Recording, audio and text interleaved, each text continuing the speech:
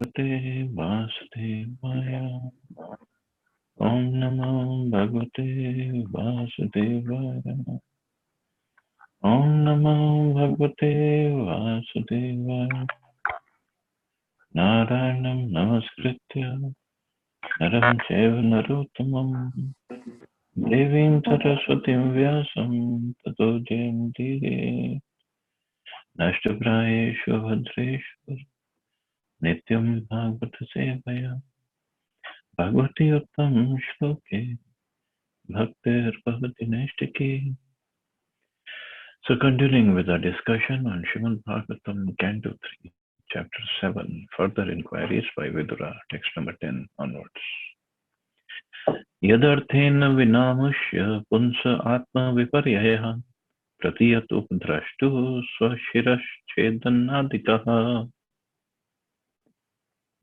So Maitre Rishi further telling Vidurji, the living entity is in distress regarding his self-identity. He has no factual background, like a man who dreams that he sees his head cut off. So this Maya is so strong. Let's see. Wonderful purport Prabhupada has written. A teacher in school once threatened his pupil that he would cut off the pupil's head and hang it on the wall so that the child could see how his head had been cut off. The child became frightened and stopped his mischief. Similarly, the miseries of the pure soul and the disruption of his self-identification are managed by the external energy of the Lord, which controls those mischievous living entities who want to go against the will of the Lord. Actually, there is no bondage or misery for the living entity, nor does he ever lose his pure knowledge. In his pure consciousness, when he thinks a little seriously about his position, he can understand that he is eternally subordinate to the mercy of the Supreme, and that his attempt to become one with the Supreme Lord is a false illusion. So if he thinks seriously, that's a key word. In his pure consciousness, when he thinks seriously about his position, he can understand that he is eternally subordinate to the mercy of the Supreme. And he has no miseries whatsoever of this material world. So if we look at the shloka, it says, like a man who dreams that he sees his head cut off. So can anybody see his head cut off? No. Because if a head is cut off, there is no power of seeing after that. But this is all illusion. That if I see in a dream, my head is cut off. And then I lament, I cry, I get disturbed.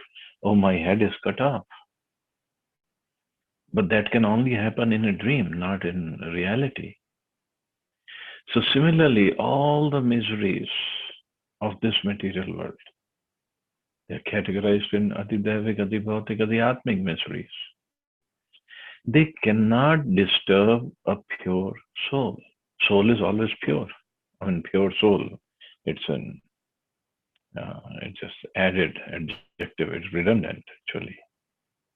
But the soul has been conditioned. The consciousness has been covered over by Maya. And then we cry, my head is cut off. This is the key. Actually, there is no misery for the soul. Soul is completely pure. So these miseries, like Prabhupada said, they're managed by the external energy of the Lord. These activities are performed under the dictation of the illusory energy. The experience is compared to the experience of once having his head cut off in a dream. The man whose head has been cut off also sees that his head has been cut off. If a person's head is severed, he loses his power to see. Therefore, if a man sees that his head has been cut off, It means that he thinks like that in hallucination. Similarly, a living entity is eternally subordinate to the Supreme Lord, and he has this knowledge with him. But artificially, he thinks that he's God himself, and that although he's God, he has lost his knowledge due to Maya. This conception has no meaning, just as there is no meaning to seeing one's head being cut off. This is the process by which knowledge is covered, and because this artificial, rebellious condition of the living entity gives him all troubles, it is to be understood that he should take to his normal life as a devotee of the Lord and be relieved from the misconception of being God.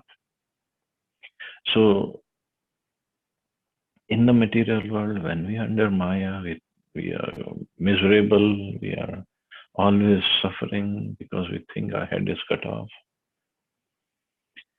And similarly, when one wants to grow spiritually, so first thing he does is, I am God.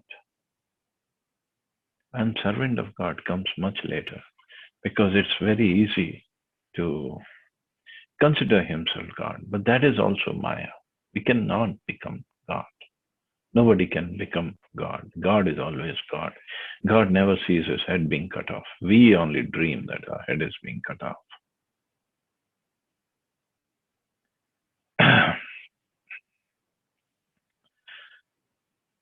And that although he is God, he has lost his knowledge due to Maya. This conception has no meaning at all. The so-called liberation of thinking oneself God is a last reaction of avidya by which the living entity is entrapped. The conclusion is that a living entity deprived of eternal transcendental service to the Lord becomes illusioned in many ways. Even in his conditional life, he is the eternal servant of the Lord. His servitude under the spell of illusory Maya is also a manifestation of his eternal condition of service. Even in his conditional life, he is eternal servant of the Lord. His servitude under the spell of illusory Maya is a manifestation of his eternal condition of service. So we are always serving. Either we are serving Maya, or we are serving Yoga Maya, or we are serving the Supreme Lord. It depends who we want to serve. Because he has rebelled against the service of the Lord, he is therefore put in the service of Maya. He is still serving, but in a perverted manner. When he wants to get out of service under material bondage, he next desires to become one with the Lord. This is another illusion. The best course, therefore, is to surrender unto the Lord and thus get rid of the illusory Maya for good. So that is the only way to get out of Maya. By coming to the service of the Lord. And Krishna gives ample choices for us to serve him. But we would rather remain serving Maya and serving our desires. And that's what the whole problem is. Just like month of Kartik, such a pure month, such a beneficial month. If you look at the amount of benefits one gets, by just offering a lamb to Lord Damodar, to Krishna, in this month. One lamp offering, you must have read on the WhatsApp all the messages about the benefits of offering lamb to the Lord. Offering one lamb to the Lord equivalent gives that many the results of pious activities as by performing many Ashwamedha Yagyas. There is one story of offering lamb in the month of Kartik. That there was a very cruel prince. His father, the king, was very pious, but the prince was very cruel. And he would just go and kill people or punish them to death or punish them some other ways just for fun. So the ministers they complained to the king, and that the population is very much distressed because of this prince's misbehavior. So the king ordered his soldiers to capture this prince and kill him, just kill him, give him capital punishment. So the prince heard this and he ran away, and the soldiers were following him. And running, he came to, of all the places, he came to Mathura. And that happened to be the month of Kartik. So he came to Mathura and he was hiding in so many temples. They were there and he was hiding from those soldiers. Soldiers were after him. So he came to Mathura and he was hiding in the temple. And in the evening, he saw the pujari was offering this lamb to the Lord, to Radha Krishna. So he was standing behind the pujari and jokingly, not even seriously, jokingly, just to imitate the pujari, he also took up a lamb and made an offering. Just went around just like the pujari did. So just joking around, and after the lamb offering was over, he came out and his luck ran out, and the soldiers were right there, and they saw him coming out, they grabbed him, and they just took him on the side and killed him because they had the order of giving capital punishment to the prince. So the Yamdutas came, they took the soul of the prince and they took him to Yamlok. And Yamraji saw him, and Yamraji got up from his seat and he welcomed this prince, the soul of this prince. And he gave him wonderful facility to sit down. And the Yamdutas were completely shocked. Yamraji, my dear Lord, I think you made a mistake. This prince is very cruel. We caught him somehow. Yamraji said, see, we already made one mistake during Ajamil time. We don't want to make another mistake. But this prince is very pious, actually. I said, pious? This guy pious? What are we talking about? Yamraji said, because he offered a lamb to the Lord in the month of Kartik in Mathura. This is how powerful offering of lamb is. And knowingly, unknowingly making fun of pujari, if somebody offers lamb, he gets the results. Offering lamb, putting a lamp on the intersection of the road, just lighting it up for other passers-by, putting a lamp on the top of the temple, it all has tremendous benefits. Taking a parikrama of the Lord in this month. Again, amazing. Every step that we take when we are doing parikrama, it is counted to, I'm forgetting the exact comparison. It's amazing. What to speak of devotees who do this, all these activities with love and devotion. How much sins, of course, devotees have no sins left by now. All the sins are already wiped out. But if there is any, everything is wiped out, and they are getting mercy of Krishna. They are getting the lamp they are lighting for the Lord is actually lighting up their hearts. That the ignorance is going away from their hearts, and the knowledge of realization, self-realization, knowledge of soul, knowledge of Krishna, the prema bhakti is blossoming in their heart. That is how powerful this month of Kartik is. Krishna says in Bhagavad Gita that I am the month of Margashirsha, the November, December. But Radharani, this is the month of Radharani, October, November, month of Kartik. Or it is also called Urja Vrata. Urja is name of Radharani.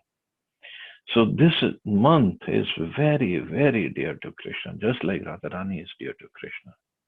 You can see behind me the beautiful painting. So just like Radharani is dear to Krishna, this month of Kartik is very, very dear to Krishna. And anybody who does even a little service in this month, he gets tremendous benefits. And by mercy of Krishna, because this lighting of lamps is concerned in the month of Kartik, mercy of Krishna, this festival of Diwali comes in the month of Kartik, in the middle of Kartik, when the Kartik month is at its peak, kind of. And we all over India, all over world, the Hindus, the followers of Hinduism, there is no Hinduism, the Sanatan Dharma, they get tremendous benefit because every Hindu house they light lamps on the on Diwali day in the month of Kartik. So so one thing, of course, we should be careful of. Don't put on LED lights, the Chinese LED lights.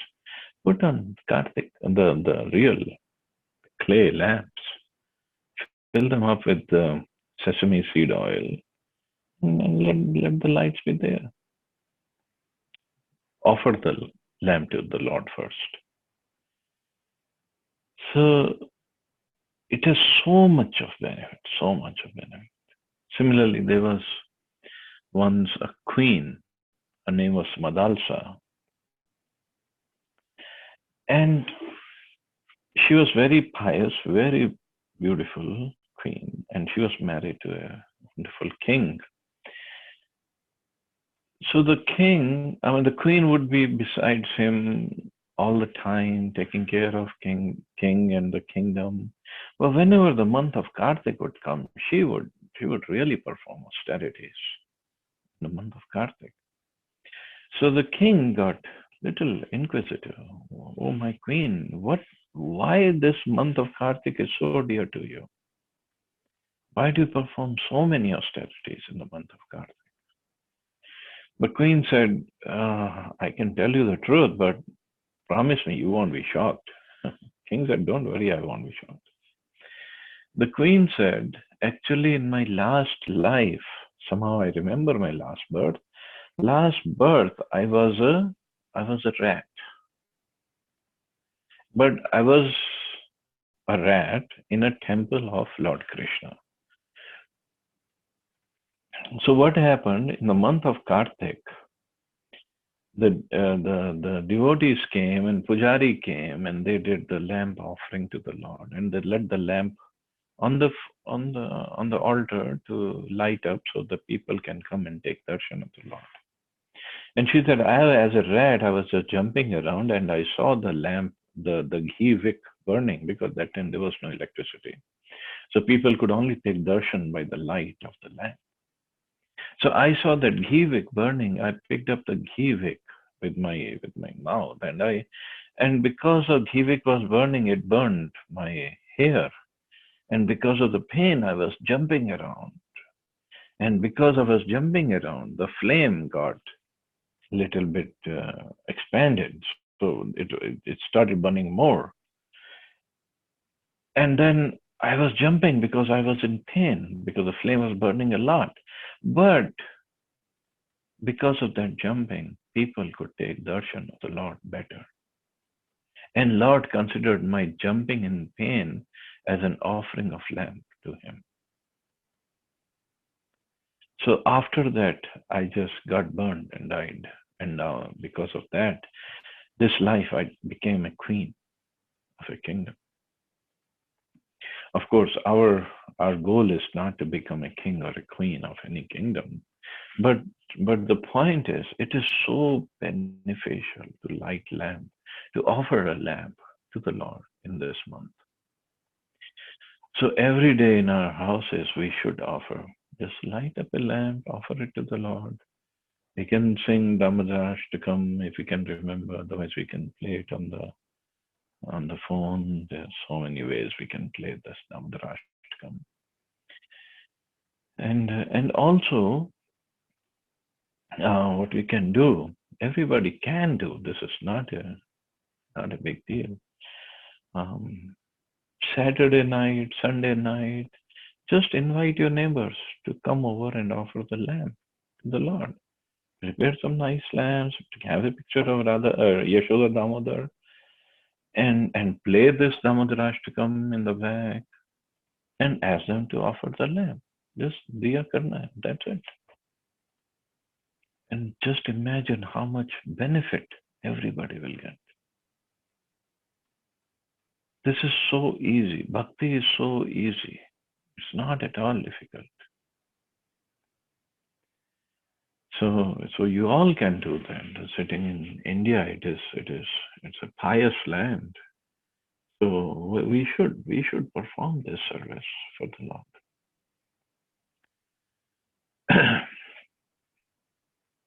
Text number 11.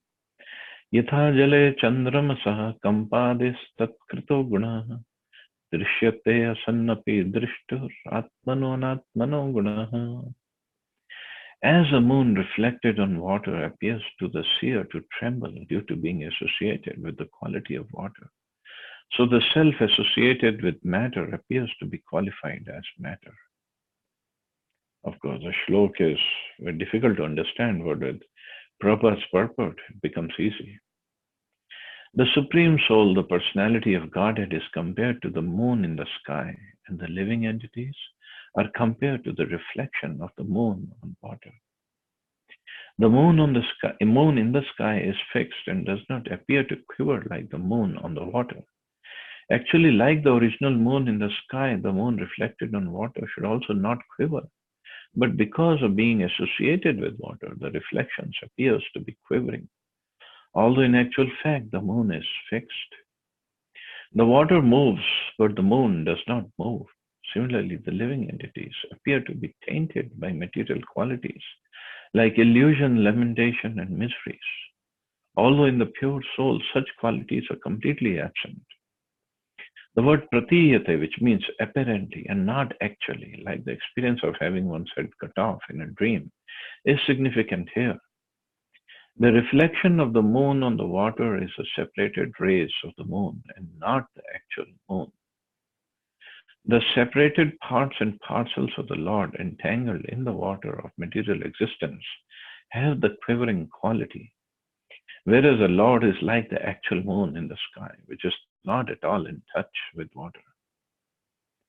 So the example is given of moon and its reflection in water. The reflection in the water appears to be moving because the water is not stand still, but the moon does not move. So this water is compared to our desires or the lamentation or the illusion or the miseries. So that appear to move the soul. Move the soul means disturb the soul. But the original moon is not going to move. So the moon in the bucket of water is compared to Jiva, like a separated part and parcel of the original moon. Of course, example doesn't give the whole situation properly, but it gives some idea. The light of the sun and moon reflected on matter makes the matter bright and praiseworthy. The living symptoms are compared to the light of the sun and the moon, illuminating material manifestations like trees and mountains. The reflection of the sun or moon is accepted as a real sun or moon by less intelligent men, and the pure monastic philosophy develops from these ideas. In fact, the light of the sun and the moon are actually different from the sun and moon themselves, although they are always connected. So the monis or Mayavadis or Brahma, they all, because they say we are God. So they say reflection of the moon in the water is same as original moon. There is no difference. So that's why I said the example doesn't really give the whole philosophy. It just, some example is there to make us understand. The light of the moon on the Taj Mahal appears to be more beautiful than the same light in the wilderness. Although the light of the moon is the same everywhere, due to being differently appreciated, it appears different. Similarly, the light of the Lord is equally distributed everywhere, but due to being differently received, it appears to be different. One should not therefore accept the reflection of the moon on the water as actual and misunderstand the whole situation through monastic philosophy. The quivering quality of the moon is also variable. When the water is standing still, there is no quivering. A more settled, conditioned soul quivers less, but due to material connection, the quivering quality is more or less present everywhere. So a more settled, conditioned soul quivers less, but nevertheless, everybody quivers in the material world. So only way we'll stop quivering or shaking because of any disturbance in our lives when we take full shelter of the Lord. Then He makes everything stand still by His mercy. So wonderful two shlokas. We'll stop here. See anybody has any questions or comments.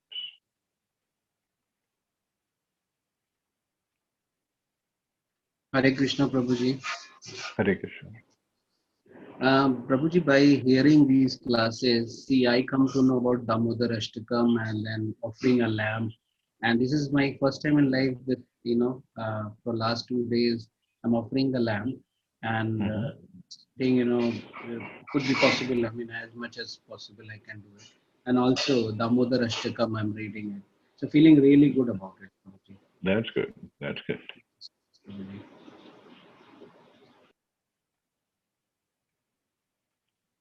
Thank you so much, Prabhuji. Actually, Thank you. it's really very, very, very auspicious month. All the transformation which has brought, it was because of your last year's lecture, all the description of the different events of the Kartik and everything which you have told.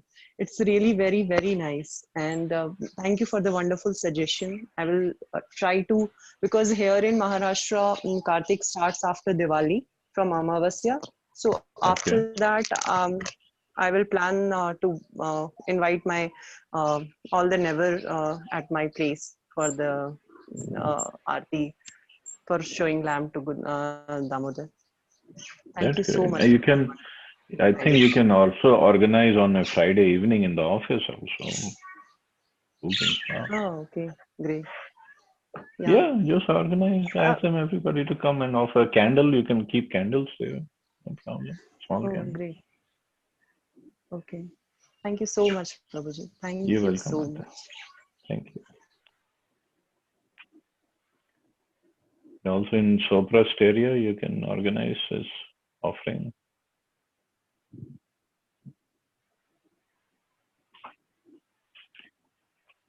Thank you, Prabhuji. Very good suggestion. Thank you.